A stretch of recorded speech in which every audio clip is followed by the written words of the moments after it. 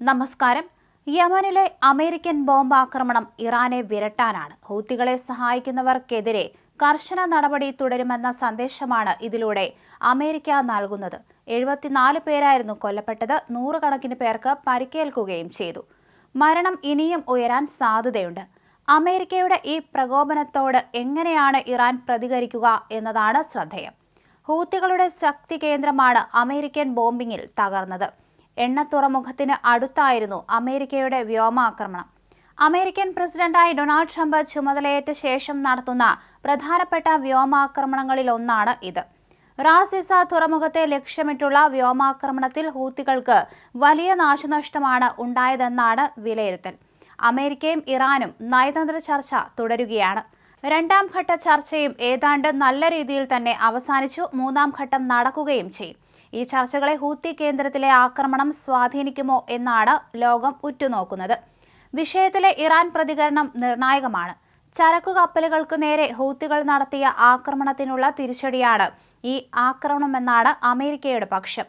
യമനിലെ റാസിസ തുറമുഖം ലക്ഷ്യമാക്കിയായിരുന്നു ആക്രമണം. മേഖലയിൽ അമേരിക്ക നടത്തിയ ഏറ്റവും വലിയ ആക്രമണമെന്നാണ് റിപ്പോർട്ട്. കൊല്ലപ്പെട്ടവരിൽ രക്ഷാപ്രവർത്തകരും ആരോഗ്യ പ്രവർത്തകരും ഉണ്ടായിരുന്നുവെന്ന് യമൻ ആരോഗ്യ മന്ത്രാലയം പറഞ്ഞു. ചരക്കു കപ്പലുകൾക്ക് നേരെ നടത്തുന്ന ആക്രമണം അവസാനിപ്പിക്കുന്നതുവരെ ഹൂത്തികളെ വെറുതെ വിടില്ലെന്ന് അമേരിക്ക മുന്നറിയിപ്പ് നൽകി. അടുത്ത മാസം ഇറാന്റെ ആണവോർജ്ജ കേന്ദ്രങ്ങൾ ആക്രമിക്കാനുള്ള ഇസ്രയേൽ പദ്ധതി ട്രംപ് ഇടപെട്ട് തടഞ്ഞതായുള്ള റിപ്പോർട്ടുകളും പുറത്തു വന്നിട്ടുണ്ട്. അമേരിക്കയുമായുള്ള ഇറാന്റെ രണ്ടാം ആണവ ചർച്ച നടക്കുന്നതിനിടയിലാണ് ആക്രമണം.